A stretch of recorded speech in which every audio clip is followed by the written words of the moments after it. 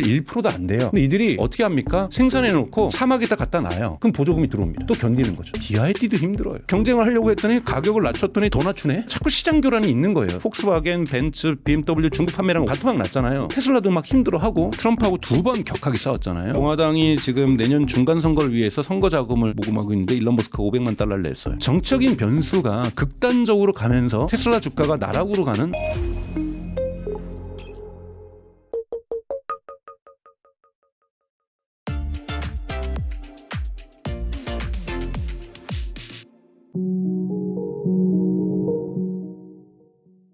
강정수 박사님 모셨습니다. 안녕하세요. 안녕하세요. 네, 또 박사님 모시고 여러분들이 궁금해하시는 또 투자 이야기 한번 살펴볼 텐데 네. 일단 먼저 이 상호 관세 이슈가 뭐 글로벌적으로 상당히 큰 관심을 끌고 있는데 우리나라 같은 경우에는 상호 관세율이 원래는 25%였다가 협상을 통해서 15%로 낮추기로 전격 합의를 했습니다. 특히 이 트럼프 대통령은 마스가라는 그런 구호를 외치면서 한국을 미국 산업의 재건의 핵심 파트너로 강조하기도 했는데 이번 관세 협상 타결 한국 경제와 산업에 어떤 영향을 줄까요? 우선 없었던 관세가 FTA 관세가 없었으니까요. 없었던 관세가 15% 늘어난 거는 한국 경제에게 분명하게 손해일 거라고 저는 생각이 들고요. 하지만 전체적으로 트럼프 행정부에서 여러분 다 아시는 것처럼 최소 관세가 거의 15% 할 정도로 또는 평균 관세가 15%로 할 정도로 물론 아직 중국하고 이런 데 관세 협정이 안 됐습니다만 15%가 평균이기 때문에 저희도 대단히 선방했다라고 저는 보고 있어요. 근데 전체적으로 캐나다 같은 경우에는 지금 38%까지 올라가고 있고 스위스도 올라가고 있고 멕시코도 올라가면서 미국의 물가가 올라가는 것 특히 소비자 물가가 올라가고 있는 것, 식생활 물가가 올라가고 있는 것 이런 부분에서 소비자들의 이 주머니가 닫혀진다는 부분에서 현대자동차라든지 한국의 어떠한 소비 제품을 판매하는 기업들에게는 분명하게 우리나라만은 아니겠지만 네. 분명하게 손실일 거라고 저는 생각이 들고요. 이번에 가장 중요한 산업적인 이슈는 아무래도 조선업이겠죠. 조선업 같은 경우에 미국이 망해가고 있는 사실 망했죠. 망한 조선업을 다시 부흥시키겠다는 제조업 부흥 방식에 있어서 사실은 미국이 지금 아이폰을 공장을 미국에다 자꾸 절하라고 트럼프 대통령은 요구하고 안 그러면 25%의 관세를 부과하겠다고 애플에다 협박을 하고 있지만 그건 불가능합니다. 이번에 인도에다가 예를 들면 미국에서 판매되는 아이폰은 인도에서 생산하겠다고 하면서 인도 공장을 애플에다 짓고 있지만 네. 거기에 들어가는 부품이라든지 거기에 일하는 공급망의 최종 조립 라인을 지원하기 위해서 중국 같은 경우에 보통 6만 5천 개의 벤더가 있다 그래요. 6만 5천 개의 벤더에 벤더에서 일하는 사람들이 거의 80만 명에 가깝다 그래요. 이 사람들이 계속해서 인도를 지원하기 때문에 최종 조립만을 지금 인도에서 하고 있는 거죠. 부분적으로 또 미국 정부 행정부의 입장을 고려해서. 근데 이러한 부분들이 미국으로 옮긴다. 벤더까지 옮기고 이런 건 대단히 어려운 부분이라고 저는 생각이 들어요. 그래서 이러한 제조업에서 중장기적으로 미국 트럼프 대통령 임기 동안 할 수는 없지만 하지만 조선업에서 특히 국방 방산조선에서의 분명하게 수요가 미국에 존재하고 있는 것 수리마저도 스스로가 할 수 없는 조선업 능력을 갖추고 있다는 부분에서 특히 또 한쪽에서는 중국이 또 빠르게 치고 올라가고 있다는 부분에서 한국 조선업에게는 저는 중요한 기회가 열렸다라고 저는 생각이 듭니다. 하지만 현대자동차 입장에서는 지금 사실은 역사적인 매출 구조를 미국 시장의 성장과 함께 특히 전기자동차의 성장과 함께 성장하고 있었는데 전기차 보조금의 9월 말 폐지라든지 그리고 아주 미세하게나마 가지고 있었던 가격 경쟁력이 아주 미세하게나마 이 관세에 의해서 좀 부정적인 영향을 받을 수 있다라는 부분들 특히 미국 자동차 기업들이라든지 테슬라라든지 또는 포드라든지 GM이라든지 스텔란티스와의 경쟁력에 있어서 조금은 가격 경쟁력을 조금은 상실할 수 있다라는 부분에서 좀 우려가 되는 부분이 있습니다. 그래서 하지만 이러한 트럼프 대통령의 이러한 공세적인 거의 협박 수준에 가까운 이러한 상호관세 정책에서 이 정도로 선방한 것만 해도 사실은 박수칠 일이라고 저는 생각은 합니다. 앞으로 기회와 위기가 동시에 저에게 있지 않나 저는 그렇게 생각하고 있습니다. 그러니까 일본이 원래 2.5% 자동차 부분에서 관세였는데 15%로 됐고 원래 현대차 같은 경우에는 FTA 때문에 사실 무관세였는데 15% 됐잖아요. 네. 어떻게 본다면 일본에 비해서 2.5% 정도 살짝 손해를 본 건데 그게 약간 크리티컬할까요? 어떻게 보세요? 저는 그렇게 보지는 않아요. 뭐 2.5% 정도는 충분히 다른 부분에서 마진율 부분에서 감내할 수가 있는 거고요. 그리고 또 시장의 규모의 경제가 커지다 보면 미국 시장에서 지금 현대자동차가 규모가 대단히 커지고 있고 그리고 또 일부는 또 미국 조지아라든지 이런 공장에서 직접 생산을 하고 있고 물론 토요타라든지 혼다라든지 이런 것도 미국에 현지 생산을 하고 있습니다. 이런 부분들은 이제 관세가 좀 적겠죠. 그러니까 그렇기 때문에 2.5%는 저는 일본 차하고의 경쟁에서는 그렇게 중요한 경쟁 포인트는 될 거라고 보지는 않아요. 오히려 이제 미국에 있는 포드나 GM하고 어떤 경쟁 구도를 가져갈 수 있을 것인가.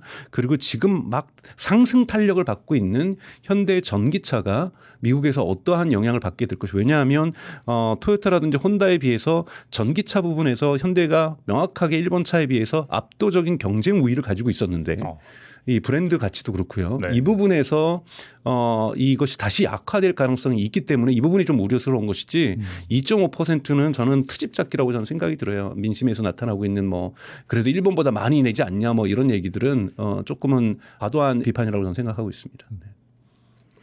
그리고 최근 삼성전자가 이 테슬라 165억 달러 한화로 환산하면 22조 원이 약간 넘는 규모인데 그 위탁 생산 계약을 체결을 했습니다. 이게 파운드리 이 단일 계약 건으로는 최고라고 하더라고요. 그 일론 머스크가 어떻게 본다면은 이 TSMC 대신에 삼성전자를 선택한 건데 이건 좀 어떻게 해석해야 될까요? 우선 뭐 그것 때문에 삼성전자의 주가가 지금 다시 치솟고 있는데요. 정말 맞아요. 삼성전자에게는 좋은 일이라고 저는 생각이 듭니다. 우선 삼성전자가 가지고 있는 지금 이렇게 사실은 수축되고 있고 또는 뭐 거칠게 표현하면 몰락하고 있는 삼성전자에게 두 가지 숙제가 있죠. 두 가지 숙제를 해결하면 삼성이 다시 한번 삼성전자가 성장할 수 있는데 하나가 여전히 해결되고 있지 않는 HBM 반도체를 엔비디아에 납품하는 것. 이건 아직까지 풀리고 있지 않는 문제라고 저는 생각이 들고 이건 빨리 삼성전자가 빠른 시간 내에 해결해야 될 문제라고 저는 생각이 들고요. 한쪽 날개고요. 나머지 한쪽 날개가 파운드리 시장에서 계속해서 TSMC의 시장 점유율을 계속해서 큰 폭으로 뺏기고 있다라는 점. 그리고 이것을 조금 더 내부적으로 보면은 특히 3나노 과정에서부터 수율이 떨어지기 시작하면서 TSMC에게 심지어는 있던 고객마저도 뺏기고 있는 이런 모습이었다는 부분에서 이것을 반전시키는 모멘텀을 이번에 만들었다. 즉 파운드리 산업에서 3나노, 2나노 고급 이러한 공정에서 이번 AI6는 2나노 공정이거든요. 2나노 공정은 삼성이 지금까지 고객사가 한 개도 없었어요.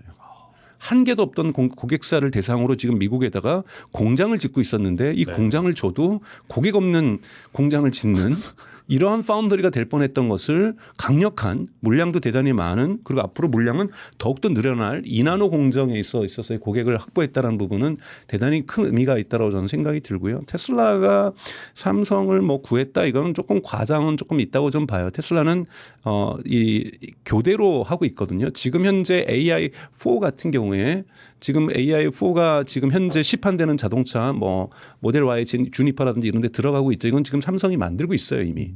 이거는 7나노입니다. 7나노를 만들고 있고 AI5 같은 경우에는 내년부터 TSMC가 제작을 합니다. 이거는 3나노.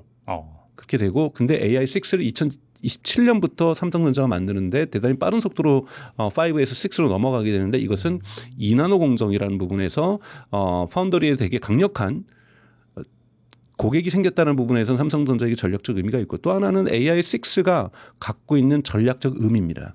AI5까지는 그렇게 되지 못하는데요. AI6부터는 어떻게 되냐면 물론 이건 테슬라가 갖고 있는 계획이기 때문에 이건 실현되어 봐야 아는 거지만 현재의 목표는 이 AI6 칩은 보통 이건 토르 칩이라고도 하는데요. 이거는 테슬라의 차량에도 들어가고요. 테슬라의 휴머노이드 로봇 옵티머스에 들어가고 2027년부터는 많이 양산될 가능성이 높잖아요.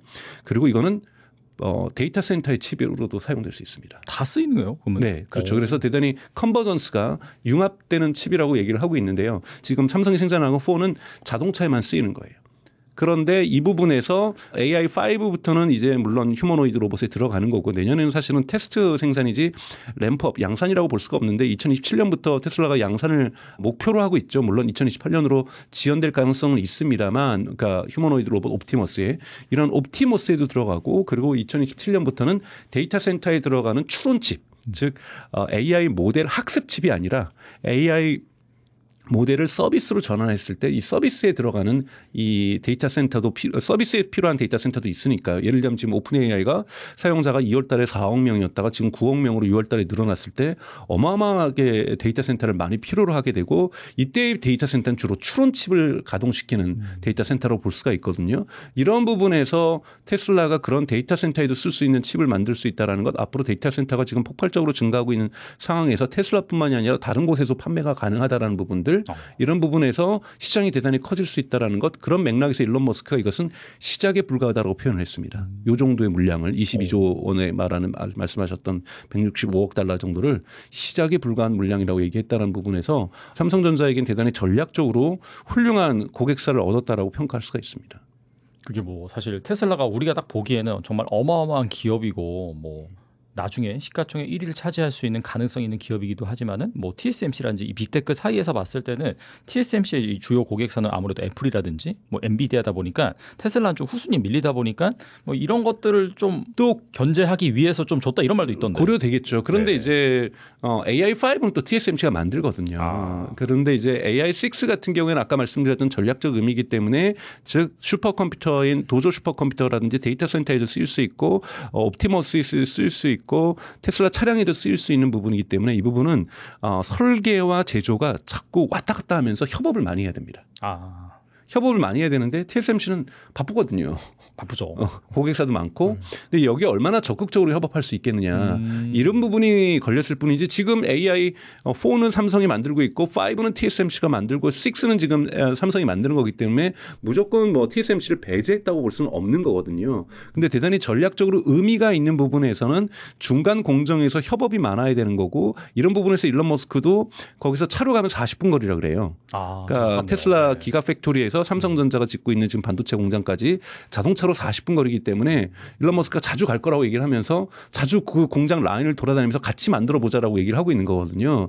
이런 부분에서 삼성도 배울 거가 많을 거라고 보고 수율도 개선이 돼야 될 거라고 보고 있고요. 그래서 그냥 TSMC하고의 뭐 어떠한 긴장 관계에서 양패를 구사하기 위해서 삼성전자의 경쟁심을 불러일으키기 위해서 뭐 했다라고도 볼 수 있겠지만 그거는 좀 일반적인 해석이라고 볼 수 있고요. AI6 같은 경우는 전략적 의미에서 아무래도 여유가 있는 또는 절대적으로 이런 파트너를 필요로 하는 절박하게 그래서 협력에 대한 의지가 대단히 강한 삼성전자를 선택했다고 볼 수가 있고 이걸 삼성전자가 굴욕적으로 저는 받아들일 필요는 없다고 생각이 들어요.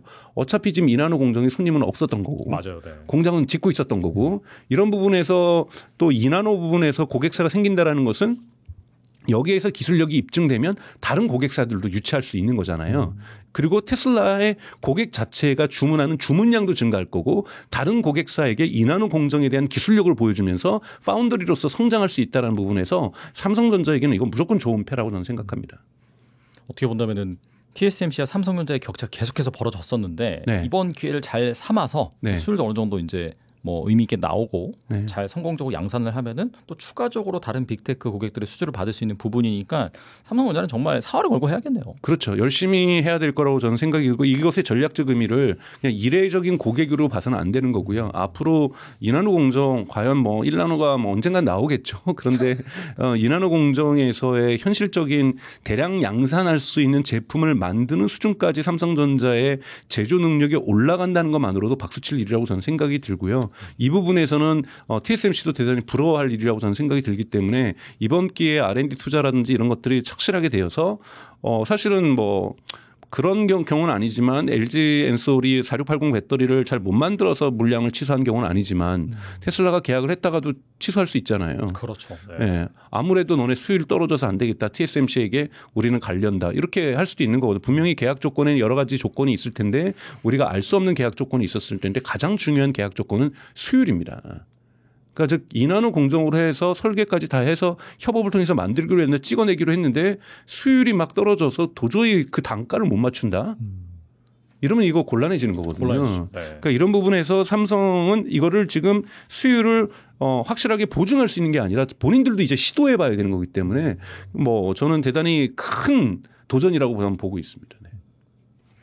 그리고 그 한때 좀 지난 이슈긴 한데 그 트럼프 대통령과 이 일론 머스크의 이 대립 그러면서 뭐 한바탕 한 다음에 일론 머스크가 뭐 아메리카당 창당한다고 하고 뭐 트럼프는 또 뭐 머스크를 다시 뭐 쫓아내야 된다. 뭐 사실상 미국 사람이 아니다. 뭐 이런 말 하면서 되게 격화됐었는데 최근에 트럼프 대통령이 머스크 기업의 번창을 바란다라고 하면서 공개적인 유화 제스처를 보였습니다. 그래서 이건 봤을 때 그러면은 이 두 사람 간의 관계에 뭐 변화 조짐이 있는 것인지 좀 어떻게 해석해야 될까요? 뭐 예를 들자면 더 구체적인 최근 소식도 있습니다. 공화당이 지금 내년 중간 선거를 위해서 선거 자금을 기금을 모금하고 있는데 일론 머스크가 500만 달러를 냈어요. 아 진짜요? 네. 네. 제가 말씀드리고 싶은 것은 네. 일론 머스크가 정치를 하는 것을 좋게 해석하면 목적을 위한 수단입니다. 그렇죠. 네. 목적을 위한 수단인데요. 본인의 성향이 어떻든지 간에 민주당하고도 열심히 했었었고요. 그러니까 목적을 위한 수단인데 이 목적이 뭐냐면 규제 완화입니다. 그러니까 자동차는 규제가 별로 많지가 않죠. 열심히 잘 만드는 게 중요한 겁니다. 제조업을 잘해서 정말 그 생산의 지옥이라는 곳에서 모델 3를 대량 생산해내는 것 이것이 되게 어려웠던 것이지 거기서 정부가 너네 전기차 만들면 죽여버릴 거야 막 이러진 않았거든요. 전기차 만들려면 우리한테 허가받고 만들어 5만 대 만들어서 무사고로 나오면 전기차 판매해 줄게 이런 얘기 안 했거든요. 근데 여러분 로보택시라든지 자율주행은 지금 중국에서도 안 되고 한국에서도 안 되고 유럽에서도 허가 안 해주잖아요. 미국은 말할 것도 없고 미국은 이제야 막 조금씩 뚫고 있는 거지만 다른 나라는 정말 말할 것도 없이 안 해주잖아요. 안 해주죠. 네. 모든 각국의 정치권에서 결국 입법권에서 이것을 법을 바꿔야 되는 거고 또는 행정부에서 이것을 허락을 해줘야 되는 거고 다 정치권하고 관계가 있는 거죠. 휴머노이드 로봇은 안 그럴까요? 처음에 지금 테스트로 내년에 5,000대 생산한다, 10,000대 생산한다 하지만 실제로 공장이 들어가서 여러분 저는 춤추는 로봇 옆에 갔다가 한 대 맞으면 대형 인명 피해가 납니다, 여러분. 그렇죠. 네. 네? 그러니까 자율성을 갖는다는 거 코봇 협동 로봇은 그래도 정해진 이 루트라도 있잖아요. 네. 뭐 두산 로보틱스에서 뭐 로봇 팔을 쓴다? 그 옆에 사람 못 가게 아예 뭐 이렇게 창막을 쳐놓잖아요. 네? 그러니까 보호한단 말이죠. 로봇만 일할 수 있게끔. 근데 휴머노이드 로봇은 인간과 함께 그런 부분에서 협력 로봇이라고 볼 수도 있죠. 근데 자율적으로 움직여요. 갑자기 스마트폰 떨어졌네. 그래서 갑자기 줍다 보면은 옆에 있는 사람하고 부닥칠 수도 있는 거잖아요. 네? 왜냐하면 AI가 보기에는 로봇이 보기에는 이 정도로 저 정도 떨어져 있는 거리면 그리고 저 사람이 나를 봤을 테니까 피해 가겠지. 라고 해서 몸을 낮췄는데 이 사람은 딴 생각하다가 그냥 가다가 걸려 넘어질 수도 있는 거죠. 이런 부상이 일어날 수도 있습니다, 여러분. 그리고 뭐 일자리 문제도 당연하게 있고요. 휴머노이드 로봇도 다양한 규제가 있을 거예요. 지금은 아직은 여러분 휴머노이드는 산업화되지 않았습니다. 한국도 마찬가지고 중국도 마찬가지고 유럽도 마찬가지고 미국도 마찬가지고 상업화되지 않았다는 것은 아직까지 시장에서 판매되지 않아요. 유니트의 G1도 800달러라고 1000달러라고 얘기를 하지만 지금 막 시장에서 상거래가 이루어지는 게 아니라 그것의 가격 목표라는 겁니다. 그거는. 그러니까 상거래가 형성되지 않는 마켓이 형성되지 않는 것은 다 R&D죠. R&D에 규제하지 않아요. 진흥해 주죠.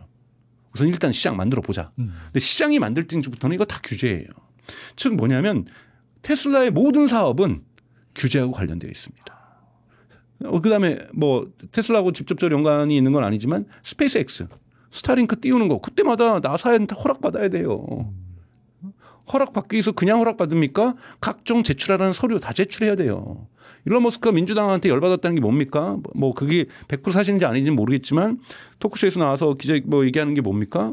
나사에서 스타쉽 띄울 때 이 스타쉽 비행 이 동체가 부스터가 이쪽 멕시코만 이제는 뭐 트럼프 대통령은 다르게 부르자고 얘기를 하는데 거기에 떨어졌을 경우에 고래에게 미치는 생태 영향학적 보고서를 제출해라. 그래서 그걸 제출했더니 네. 한꺼번에 물어보면 될 거를 상어에게 미치는 영향도 따로 조사해서 보고. 일론 머스크가 화가 났다는 거잖아요. 화가 날만하네. 왜냐면 그냥 이거는 지연술이다. 처음부터 고래하고 상어를 같이 하라 그러면 될 거를 고래 보고서 열심히 냈더니 상어까지 하라. 왜 새우까지 하라 그러지? 뭐 이렇게 화를 냈다고 하는 거예요. 그러니까 뭐냐면 충분히 지연할 수 있거든요. 그러니까 사실 지금 트럼프도 어떻게든지 지연할 수 있어요. 그러면 여러분 그 정부에서 하는 거야 좀 지연돼도 어차피 뭐 물론 그것도 세금 낭비이긴 합니다만 좀 어떻게 견딜 수가 있는데 민간 기업은 준비되면 무조건 띄워야 됩니다. 아니면 이것이 투자 대비 손실이 발생하는 거잖아요. 그렇죠. 네. 네? 준비되면 띄워야 되는 거예요. 그래야 계속 실험을 하면서 성공시킬 수 있는 거죠. 그리고 이거를 준비되지 않고 띄워놓지 못하면 성공은 두 번째 문제고 엄청난 비용이 발생합니다. 그러니까 즉 모든 스타쉽도 규제 산업인 거예요. 스타링크도 규제고요. 허락을 받고 저궤도 위성을 띄운 거지 테슬라가 저궤도 위성 돌고 있는 저 우주 공간은 우리 땅이야 라고 해서 마음대로 띄울까요? 아니죠. 나름대로 규약을 지켜가면서 하는 거죠. 모든 것들이 규제 산업이고 모든 것이 정치적으로 풀릴 수밖에 없다는 건 말은 뭐냐면 테슬라의 CEO는 정치하고 관여를 안 할 수가 없다라는 거예요. 구조성을 띈다라는 거죠. 민주당이 아마 좀 더 이 자율주행과 로보틱스와 휴머노이드와 스페이스X와 우호적이었다라면 아마 민주당 가서 붙어 있었을 거예요. 제 느낌에는. 네. 그러니까 그렇게 극단적으로 볼 정도로 앞으로도 그렇기 때문에 정치적 갈등은 내재화되어 있다. 그래서 주기적으로 나타날 거예요. 근데 여러분 이번에 트럼프하고 2번 격하게 싸웠잖아요. 맞아요. 네. 그때 주가가 딱 일주일간 하락하다가 다시 회복됩니다. 그러니까 저는 정치적인 변수가 극단적으로 가면서 테슬라 주가가 나락으로 가는 모멘텀은 되게 어렵다라고 저는 보고 있어요. 그렇기 때문에 물론 저도 가능하면 개인적으로는 저는 기업의 CEO가 정치에 개입하는 것 바람직하지 않다고 생각하고 있고 그리고 일론 머스크 가능하면 정치에 개입하지 않았으면 좋겠다라고 강력하게 생각하고 있지만 그건 제가 말린다고 해서 댄 아이브스도 말렸다가 셧업 당했는데 저한테는 셧업도 안 할 거예요. 존재도 모를 테니까. 그래서 그렇게 할 수는 없는 거기 때문에 하지만 구조성이 있고 앞으로 그런 출렁임은 충분히 빈번하게 반복될 수 있으면서 그렇게 그거에 따라서 테슬라 주가가 롤러코스터를 충분히 탈 수 있다는 것은 염두에 두고 장기 투자를 하셔야 된다라고 말씀을 좀 드리고 싶습니다. 그리고 최근 테슬라가 중국에서 진행된 ADAS 테스트에서 압도적인 성능을 보여주면서 중국 전기차들을 제쳤습니다. 이 테슬라가 중국 현지 데이터가 없이도 어떻게 본다면 최상위 성능을 발휘한 것이다라고 볼 수가 있는데 일각에서 뭐 중국 전기차 산업 자리 기조가 흔들리는 것이 아니냐 그런 시각도 있는데 어떻게 보시나요? 그건 하나의 테스트로 AI 지금 각종 모델 챗GPT 제미나이 클로드 라마 벤치마크 조금 누가 1등했다고 해서 진짜 잘하는 거 아니잖아요. 벤치마크라는 건 이제 일종의 우리식으로 하면 수능 시험인 거죠. 모의고사. 이번에 ADS는 특히 또 고속도로에서의 주행 보조인 거잖아요. 그렇기 때문에 이번 테스트를 민간 도로에서 했는지 일반 도로에서 했는지는 저도 잘 모르지만 네. 하나의 테스트에서 성적 좋았다고 해서 여러분도 자녀 키워보시면 알겠지만 시험 한번 잘 봤다고 해서 처음에 천재라고 생각했다가 곧 천재가 아님이 드러나게 되는 것처럼 저는 한 번의 테스트에 일희일비할 필요는 없다라고 저는 생각이 들어요. 다만 이제 언론에서 보도하는 것처럼 노이즈처럼 얘기하는 것처럼 주행 데이터가 없기 때문에 그렇다고 얘기를 하는데요. 사실은 테슬라만큼 주행 데이터를 많이 갖고 있는 것은 없습니다. 중국의 데이터를 활용 안 했다고 할지라도 전 세계에서 도로가 가지고 있는 일반성들이 존재하는 거고 중국이 갖고 있는 특수성이 존재하는 건데요. 일반성에 있는 기술만으로도 중국에서 충분히 작동할 수 있다는 걸 입증했다라는 거고 여기에 중국의 데이터를 활용할 수 있는 이런 가능성들이 열리게 된다면 얼마나 테슬라의 기술이 발전할 수 있는가에 대한 가능성들을 보여주는 이번에 일이었다라고 저는 생각이 들고요. 그런 맥락에서 좀 보실 필요가 저는 있다라고 저는 생각이 듭니다. 그러니까 단편적인 네. 그런 테스트로만 평가할 수 없다. 그렇게 네. 이제 볼 수 있을 것 같고요. 그리고 한때 테슬라의 강력한 경쟁자로 꼽히던 이 중국의 BYD가 최근 재고 폭증과 북채 확대, 품질 논란을 겪으면서 위기설에 휩싸였는데 생산 라인 축소와 딜러 폐업 등도 이어지는 상황이라고 하더라고요. 그래서 이거 제2의 성다 사태 벌어진 것 아니냐 그런 식으로 얘기가 나오고 있는데 이 과도한 중국 전기차 산업의 경쟁이라든지 이에 따른 여파 어떻게 보시나요? BYD가 홍다 사태가 난다? 네버 그런 일 없을 거라고 저는 확신하고요. 그러니까 중국이 이제 과잉 생산했던 여러 가지가 있습니다. 태양광 과잉 생산했고요. 그다음에 배터리 2차 전지 과잉 생산했고요. 그리고 2차 전지와 연관돼서 전기차를 과잉 생산했죠. 과잉 생산할 수 있는 구조를 만들어줬어요. 과잉 생산의 핵심 구조는 뭐냐면 소비 보조금이 아니라 공급 보조금입니다. 즉 소비를 했을 때 예를 들면 자동차를 구매했을 때 소비자에게 주는 보조금이 아니라 자동차를 하나 만들거나 태양광을 만들거나 배터리를 만들면 배터리 하나 팔았어? 그때마다 보조금을 정부가 주는 겁니다. 그러면 자동차를 팔기만 하면 보조금을 주면 자동차 업체들이 너나 나나 할 거 없이 다 만들어서 팔고 싶죠. 어차피 정부에서 우리가 적자 보지 않게 도와주는데 그래서 중국에 지금 160몇 개의 전기차 기업이 있잖아요. 이들이 계속해서 뭘 합니까? 어떤 데는요, 여러분 시장 점유율 이 160 몇 개의 전기차 기업 중에서 100여 개가 시장 점유율 1%도 안 돼요.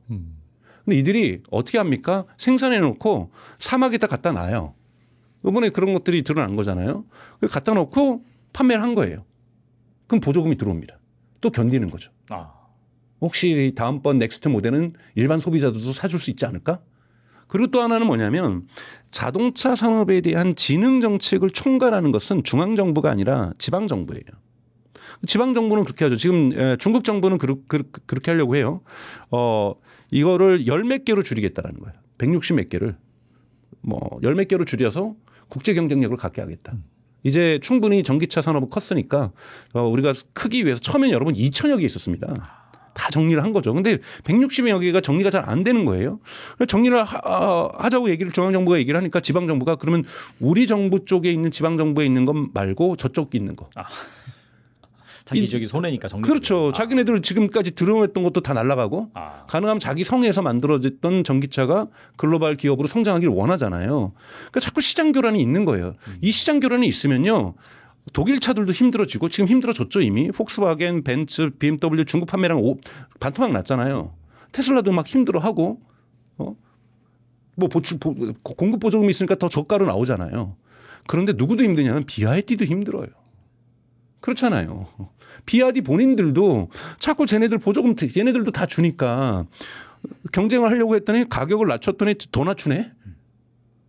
더 낮추면 우리는 손익분기 좀 밑으로 내려가야 되는데 얘네는 그거보다 더 낮추니 어차피 보조금 받고 자기는 그냥 보조금 인생들이니까 기업들이니까 이런 기업들이 존재해야 되니까 BYD가 시장 정리에 좀 나선 겁니다.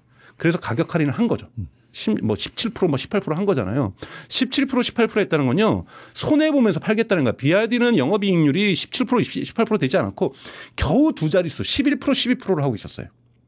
그런데 17%로 세일을 해버리면 하나 팔 때마다 손해가 돼버리는 거잖아요. 근데 그걸 뭘 바랬겠어요? 이거 안 되는 기업들 나가 떨어져. 그러니까 빨리 시장을 정리하고 싶었던 거죠. 그러니까 시장 정리를 보통 우리가 컨설리데이션이라는 단어를 쓰면서 쓰죠. 그래서 삼성전자도 경쟁자가 반도체 업체에 생기면 자기 원래 랜드 플래시라든지 DRM을 저가로 판매해 버리잖아요. 너네 이 가격 못 맞추지? 우리는 여기서 이미 이익은 다 뽑았어요. 그러면 가격을 낮춰버리면 경쟁자가 죽어버립니다. 그거를 BYD는 노렸던 거라고 저는 노리고 있다라고 보고 있어요. 그래서 시장 정리 작업을 하고 있다. 과잉 생산 또는 시장 작업에서 이거는 중국의 중앙 정부가 원하는 거다. 그러다 보니 이 총대를 가장 맏형이라고 하는 BYD가 졌는데 가뜩이나 이 깔짝거리는 이런 표현 써서 죄송합니다. 100여 개의 이 시장 1%도 안 되는 자동차 기업들이 각 지방성의 등에 업고 보조금을 얻고 공급 보조금을 받으면서 사막에다 차 팔면서 견디고 있었는데 이들을 정리하기 위해서 그냥 문 닫아야 되는데 본인들의 가격을 낮추다 보니 당연히 캐시플로우가 안 좋아지죠. 캐시플로우가 안 좋아지다 보니 몇 군데에서 돈의 흐름이 빨라지지가 않겠죠. 정상적으로 예를 들면 2개월마다 이 중개상들에게 돈을 지급을 했는데 한 달만 늦추자. 그러니까 3개월 가는 거고 우리 3개월 가면 우리 부도 나요가 나올 수도 있는 거고 벤더들에게도 우리가 물건 받은 다음에 2달 만에 줬었는데 한 달 만에 줬었는데 한 달만 늦추자. 나올 수밖에 없는 겁니다, 여러분. 그래서 BYD가 어려움을 겪고 있지 않다는 말씀을 드리는 게 아니에요. 어려움을 겪고 있어요. 인위적으로 시장을 정리하기 위해서 본인들이 가지고 있는 캐시플로우들을 써가면서 지금 손해보는 장사를 하고 있다는 거죠. 이런 부분에서 BYD가 고통을 겪고 있는 거지만 저는 이 부분 이렇게 되면 중장기 발전 전략에 대한 R&D 투자도 좀 줄어들 수밖에 없습니다. 그래서 BYD의 발전 속도는 늦어질 수밖에 없는 이런 시기를 통과하고 있는 건데 이 고통의 터널은 저는 곧 끝날 거라고 보고 있어요. 그래서 이거를 중국 정부가 BYD가 망한다. 중국 정부가 입이 얼마나 찢어졌다고요. 브라질에서 지금 판매량 급증하고 있죠. 인도네시아 판매량 급증하고 있죠. 그 자존심 강한 유럽에서 지금 BYD 팔리고 있죠. 중국 자동차가 언제 이러한 세계적인 영광을 누려받겠습니다. 이걸 죽일까요? 아니 중국 공산당 간부들이 총 맞지 않는 이상 이럴 일은 여러분 절대 없어요. 지금 시장 정리 작업에 있는 과정에서 나오는 중간에 이 과정이 나오는 고통이라고 볼 수가 있는 거고 이 터널은 좀 곧 끝날 거라고 보고 있습니다.